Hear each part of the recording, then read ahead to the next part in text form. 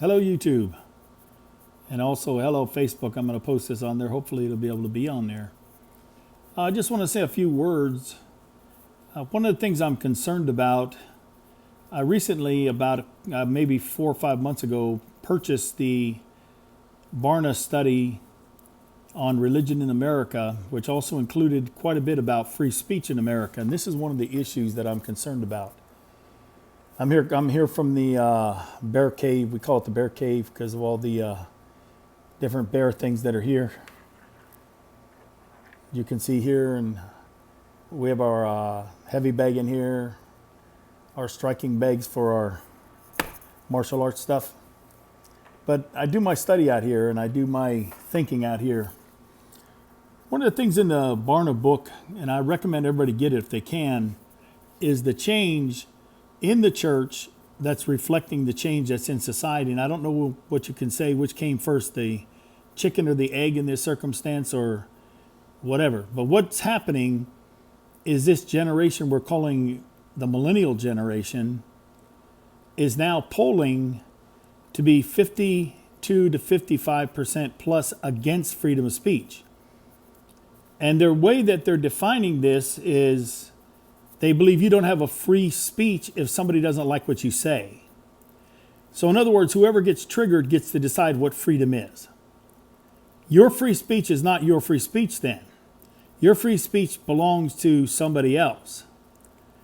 And you have to understand that when the Constitution was written, the founders very wisely understood that there were certain things that had to be emphasized. It was Patrick Henry that pushed the idea of the Bill of Rights, which are the first 10 amendments to the Constitution. The First Amendment, which says that we have the freedom of religion. That's not given to us by a government. It's given to us by God, the same God mentioned in the Declaration of Independence. We have the freedom of religion. Freedom of religion, don't let this fool you. Freedom of religion means what you personally believe. It doesn't mean a specific religion. It means what you believe. So if you're trying to tell us that we don't have freedom of religion, you're trying to tell us we don't have the freedom to believe what we want to believe. Now, the Soviet Constitution, Article 23, the non-existent Soviet Union, they declared constantly that they had the freedom of religion. And what they were doing in their Article 23 in their Constitution was conceding that nobody could control what you really think. But included with that concept was the idea that you didn't have the right to share your religion with anybody else, especially if they didn't like your religion. So while they were declaring themselves to be a society that embraced the idea of freedom of religion, they were also saying that your religion had to be held within you without any expression on the outside. And that goes back to Marx's manifesto, in which he described religion as the opiate of the masses. They despised freedom of religion. And with that freedom of religion came with it, in our Constitution, the freedom of speech, the freedom of press, the freedom to assemble. And every one of these things has a value that keeps you free. The freedom of speech being that your freedom of speech has nothing to do with what anybody doesn't like. And let me put it this way. I'm not going to go up on a man's private property and demand that I have the right to practice my religion on his property or practice my free speech on his property if he tells me to leave. I'm going to respect his private property because God respects individuals' private property.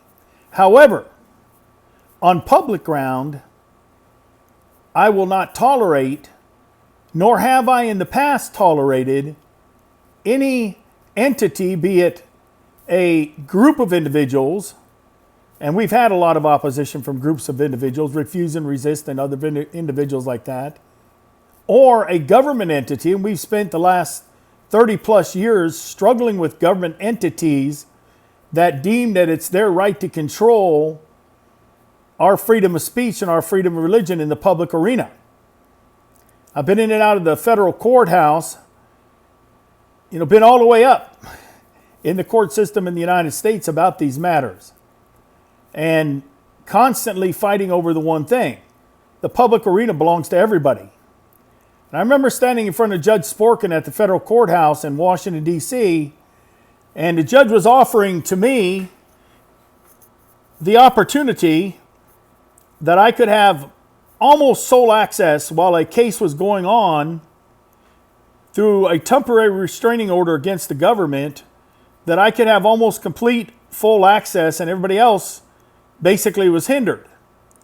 And I told the judge, I've got to turn you down on this. I was taking my own case to court. I was not represented at that time, which I was later on represented. But I did have friends of the court briefs by individuals, but I myself was arguing this case before the judge. And the judge told me, he said, look, if you had a lawyer, then your lawyer would be telling you to shut up, because what I'm offering you is the opportunity to be there. And I told the judge, you know, Your Honor, I appreciate your generosity towards me, but what does that have to do with the guy who's sitting up somewhere in some part of the United States who worships a rock and decides he wants to come down to the National Mall, which the Supreme Court already declared to be the quintessential forum for free speech in America? What does that have to do with his rights to, until the time of this case is worked out, come down here and express those rights? So if it doesn't go to everybody, I can't accept it for anybody, including myself. And so the judge ruled in our behalf that the door stayed open for everybody. And this is what I'm trying to talk about. Individuals who desire to use the power of government to control the marketplace of ideas are tyrants. I'm not saying the judge was a tyrant. He was just trying to find the easiest way to keep this thing going while we were going through the process, which ended up all the way through the courts of appeals and all the way up to the highest court, the freedom of speech on public arena. But he was just trying to find an easy way to work through this process and to kind of minimize and compromising with the government's desire not to have anybody out there, even though it had been clearly declared as the quintessential forum for free speech. As one of the radio stations in the local area says, I think it's WMAL, says that they call themselves the Mall, WMAL, Washington Mall, and they call themselves the Free Speech Forum, but actually by law and by decision of the highest court, the mall itself is free speech, the National Mall. And so he was going to give us that opportunity and not everybody else, and I don't think that anybody should ever take that kind of an opportunity, because what that does is that raises one person's opportunity to speak freely in the public above everybody else's opportunity. And I believe that the gospel that I represent, the ideas that I represent about the gospel, and when I say by the gospel, I mean the gospel and how it applies to everything, because I think the gospel does apply to everything. The gospel that I represent doesn't need the hand of man to make it more acceptable to others. I believe that we can go into this arena of thought, an arena of ideas, and we can prevail based on the arguments we make. And when the hand of government comes in, even to favor us, it's a harmful thing because it limits the capacity of the arena of ideas to display the truth. And so I turned that down. But what's happening in our society today is that we see a movement, and I lay this at the feet of public education, which has not taught these truths. It has not taught these truths, and there's a reason it hasn't taught these truths, because the Education Association that runs our society today is a very liberal, very socialist, Marxist-oriented education association that's there in order to control thoughts and control ideas. That's why the only idea instead of intelligent creation that's allowed in the schools is evolution, which, if you have any understanding of mathematics and likelihood of opportunity of things to happen, and any understanding of the microbiology, you'll understand it's a fallacy. But be that as it may, the reality is there's only one voice allowed in that arena. And what's going on today is this millennial generation is now turning against freedom of speech based on the idea if they don't like it, then it shouldn't be allowed to be said. And so if you do say it, then you're a Nazi. you're the Nazi for saying it because it's something they don't like. Of course, this is the generation that's mainly raised in single mother homes and raised in daycare centers from the time they can be farmed out of the house after they're born until the time they grow up, because that's all the public school system is for them now, is daycare centers. So here we are, we have a generation, 55%, up to 55% of this generation do not believe that your freedom of speech should be allowed if somebody else disagrees with it. Now you can take these ideas all the way back to the foundation of Western civilization. And I'm talking about going back to 500 years before Christ, in which the philosophers would argue these things. And even in Israel, which was a very tightly controlled society by the law, you were allowed to discuss what came up to discuss. Even though it was strongly controlled by the law that we talk about in the scriptures, you were still given freedom of speech. So here we are, now, several hundred years into this experiment called America, and we've got a generation that's been taught that the opportunity to freely speak is limited by the person who doesn't like what you say. And that puts us back into the exact same place that the Soviet Constitution was, in which they were declaring that they had speech, they had all these things, they believed in these things. You just weren't allowed to say them if nobody wanted to hear them. And that nobody also include the government, but also include your neighbor. If your neighbor didn't like what you said or did, then you didn't have a right to do it. And this is all based on this freedom of religion, freedom to believe what you want to believe. When I say the word religion, I'm defining it in the widest sense that can be possibly defined. What you believe inside of you. And the founders wisely understood this, that God gave us these rights prior to there ever being a government. Even Thomas Paine, who's called the great unbeliever, said in his book, The Rights of Man, that God gave the first man and the first woman, before there ever was a society, these basic rights. These basic rights that have been given to us. These are not government-given rights. These are God-given rights.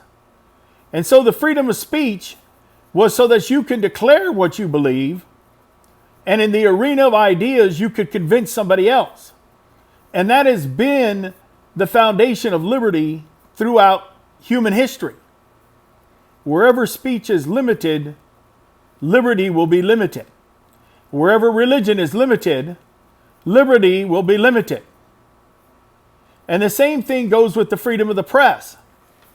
You know, the foundation that the founding fathers established did not declare what we consider today the press to be the press. It was the individual who published with whatever means they had at the time their ideas on paper, or their ideas on, even if you did it on a t-shirt, which was part of our argument before the courts. If I wrote my belief system on a t-shirt, then why could the government then control me having that written on a t-shirt if it can't control it if I put it in a newspaper?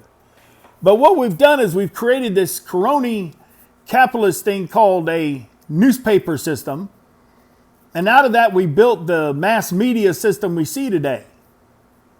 And that mass media system then says that only the larger, well-known organizations are genuine press.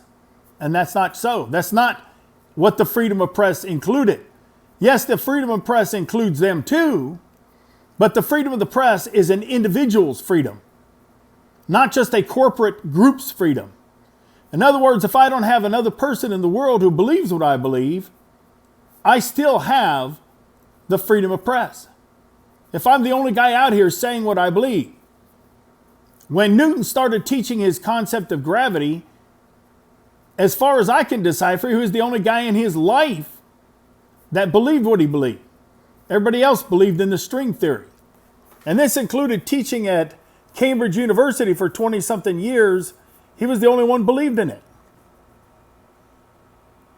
This is how it works. Your freedom is your freedom given by God, recognized by the Bill of Rights. The Bill of Rights grants you nothing but a recognition of what God gave you already. And that also includes the freedom of assembly to redress grievances politically, but also to assemble with whoever you want to assemble with. I don't have to assemble with people I don't want to assemble with. And no amount of laws can make me do that. And no amount of laws can keep me from assembling with those who I desire to assemble with. We're seeing this right now in China because they're a Marxist system. Even though they've kind of mixed capitalism in there in order to help their economy, they still stay to this Marxist system with the new social programming they're coming up with, that if you talk to individuals that are on the bad list, in other words, if you assemble enough to even talk to those individuals, you yourself will be branded on the bad list. So as we're moving towards this technical world in a way that we've never done before, we're seeing that there's more pressure to go the way of the Gestapo, the KGB, the GRE, all of these, the Stasi, all these individuals that came into these tyrannical ways of trying to enforce somebody's opinion on everybody else, instead of there being allowed freedom of speech of the individual. And the uniqueness about the Constitution is that the Constitution puts the rights of the individual above the rights of a corporate entity that we would call the government, and the government can only interfere with those rights under very, very limited circumstances through a due process of the law. And due process doesn't mean you just make up any law you want to do. It doesn't mean that you get to say, no, I don't like what these people say, so I'm not going to let them talk at all. Due process means that there's very strict, limited ways that they can limit you or restrict you as an individual in your rights. So we see the parallel in the church today. According to the Barna study, over 50%, now listen to that, over 50% of the millennial generation does not believe that you should preach the gospel if somebody that's the listener doesn't already hold to your religion and may disagree with you. Now, this goes directly against the command of Jesus Christ. He said to preach the gospel to every living creature. And the scripture tells us that where the Spirit of the Lord is, there is liberty.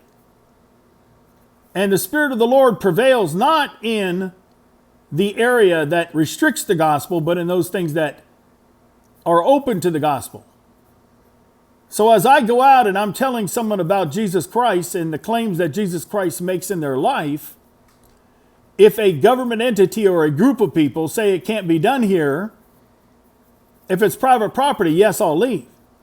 But if it's property that is called public property, which means it belongs to all of us, they have no right to restrict you in your ability to have access to that ground in order to speak the truth, what you believe to be the truth. And this is what I stood for in court. This is what I stood for when I told Judge Sporkin, Stanley Sporkin, that if a man could not come down here, or a woman couldn't come down here that worshiped the rock and have the same freedom I have, I don't want to have myself elevated into that type of freedom. However, not everybody believes this. Most of the opposition we are gaining from now are individuals that don't have an argument that can win in the public arena, so they've got to try to enforce their power by force. And what they want to do is use the power of government in order to restrict the ability to speak and to gather with whom you want to gather and to fellowship with whom you want to fellowship and to write what you want to write and to believe what you want to believe. And that is the problem. So in this generation, the millennial generation, 50% plus do not believe you should have that freedom of the gospel in the public arena. And going back to the generation before this, it was only 12%. And then going back to the baby boomer generation, which I came from, it was only 2%. So we are on a crash course of the loss of our rights. And an interesting question posed by Thomas Paine in writing about, in the Rights of Man, writing about, because basically his book, The Rights of Man, was a giant long letter that included the French Constitution, but writing to Edmund Burke, that is often quoted, in writing about the rights of man, he said, I don't know anything that would motivate a man once he found out about his rights that would be willing to not have them. And the best way that you can limit people from not having their rights and not functioning their rights is to teach them adverse to those rights. To start them off with the idea that those rights must be restricted for the sake of the common good. And this is exactly the opposite of what was said by not only Paine, but a ton of other founders, going all the way back to individuals that influenced the founding of this nation itself, John Locke, individuals like that, who said that we gather together in a government in order to secure the rights that we as individuals could not obtain by ourselves because of tyrannical forces. And now we've embraced the opposite. We gather together as a group to sacrifice certain rights in order to have some other rights. And it doesn't say that. And I'm not talking about anarchy. Anarchy is when you recognize that there are no ever restrictions to what you do. Anarchy is if I said, I'm going to intrude on this person's private property, say what I want to say, and I don't care what they say about it. But the public arena belongs to the public. I've been heavily involved in sidewalk law, heavily involved in law on federal property, in speaking the truth. We've had to fight inch by inch, and I still fight oftentimes in court over the capacity to be in the places the Supreme Court said 25 years ago I had an absolute right to be there. But constantly bureaucrats rise up who deem that it's their job to restrict instead of open the door to do what the Constitution says to do, the Bill of Rights says to do. And what happens when you have this level of chaos that's created by these bureaucrats, this system of laws that they think is okay, but burdens your already granted by God rights to only be exercised if you can somehow talk the bureaucrat into getting a license for that right, then you've taken away rights. You've gotten people to think that it's only logical that an individual should have their rights restricted. And the founding fathers fought for the opposite. And the reason they fought for the opposite is because they looked down through history and they saw that the default position of humanity was to always try to gather force in order to limit those things that they themselves either couldn't beat by verbal speaking or they themselves didn't agree with. And you see this in the trial of Socrates, where they had the judges of Athens got together and they said that Socrates was corrupting the youth because he taught them that that whole pantheon of gods that was up on Mars Hill were not representative of the true God. And they are saying that he was corrupting the youth because he disagreed with them on the basis of freedom of religion. And eventually he had to drink the hemlock because of that. But the point of it is, it has been the foundation of Western civilization that the only way for righteousness to be established in a society, for doing what's right to be established in a society, is to have the society open for the freedom of speech, the freedom of religion, the freedom of the press, and the freedom of assembly. Just because I live in the same country as somebody doesn't mean I'm married to that person. Whatever insanity they want to do is theirs. I don't have to go agree with it or go along with it. And they can't make me say it's good if I don't agree with it.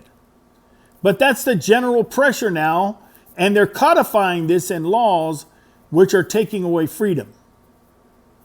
So I want to warn you that unless we decide that we are going to disassemble this public nuisance, this form of destruction which has uneducated our children, which has diminished their ability to understand the truth, and that which has been granted to them, we will continue to lose freedom. And we'll lose freedom because they'll be in the voting booths and they'll codify that lack of freedom based on whatever particular thing anybody wants. And the French Revolution is a perfect example.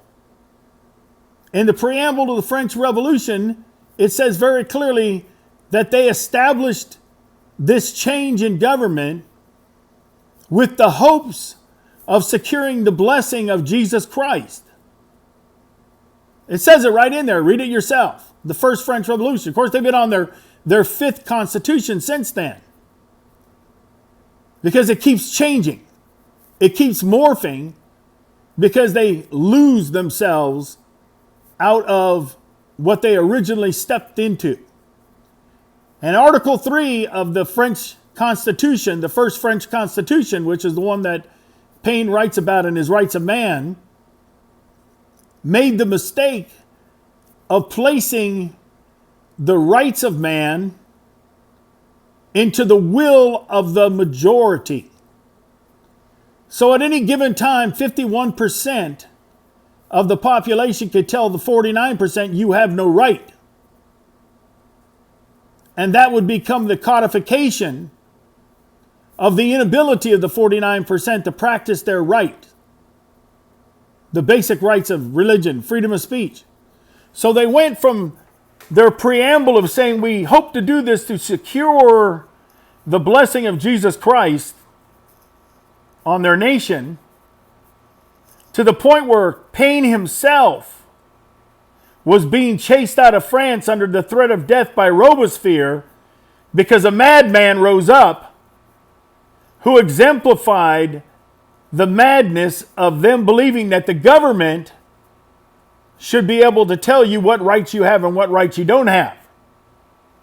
Not whether God can determine those rights. And this is what happens with this democracy when you have a democracy instead of a republic, according to Socrates and Plato in their description of the progression of governments. You start with the republic, which is a society based on a constitution. And when it devolves into a direct democracy. And then the final stage of that de-evolution is a tyranny or a despotism where one man rules. And we see this in every society that started out as a republic, which haven't been very many, but there have been some. And that's why it's very important for us to take us back down to ground zero and to embrace the rights that we've been given by God and to declare them the God-given rights. There's a lot of controversy that people have over whether Thomas Paine believed what he wrote or not. I've read enough of him to believe that I think he did. But let's pretend that he didn't believe that there was a single first man or first woman that God gave rights to. Under that scenario, he believed it enough that he understood that if he didn't establish those rights in the hands of a deity instead of the hands of a government or a mob, those rights would be ameliorated when the mob became 51% or when the government turned into a tyranny, which they were living under King George. So I want to exhort you, and I want to warn you at the same time. It's happening in this nation now. The 10 points of communism are becoming very predominant in our society today, including the godlessness, including the rejection of religion. And I'm not talking about that rejection when we get all religious like at a time after 9/11, and everybody says, oh yeah, God's for us. I'm talking about the real belief where a man can walk in his life and believe what he wants to believe and declare that in the public arena without molestation by either a mob or a government. And we are seeing in our streets today this group called Antifa, combined with Any Means Necessary and all these other movements, Refuse and Resist, the whole liberal mob trying to keep people from believing what they want to believe. That's exactly what's going on. And in many cities, we're finding out, in many parts of the United States, that mob has been allowed to do what it's doing by the leadership of those cities because they themselves don't respect law and order themselves. They want there to be a crisis in this nation so that they can step in and take over and restrict the freedom that we've been granted by God and that our Constitution recognizes.